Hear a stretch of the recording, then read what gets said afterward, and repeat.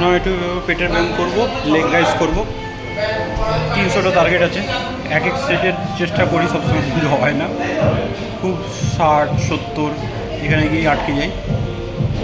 ঠিক আছে, হবে, ট্রাই করে যেতে হবে।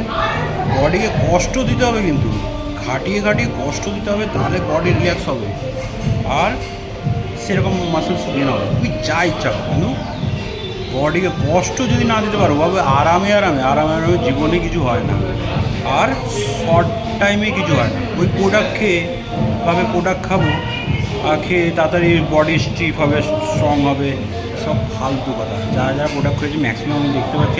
এই একটু আগে খবর এলো, মা ফোন করে বলছে কি আমি নিজের কোলে খেলিয়েছি সেই বাচ্চাটাকে, মানে আমার কাছে খুবই ছোট, তার নাকি হার্ট অ্যাটাক হয়েছে।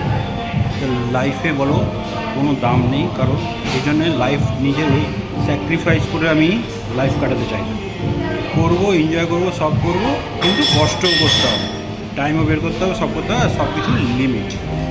চলো এবার আমি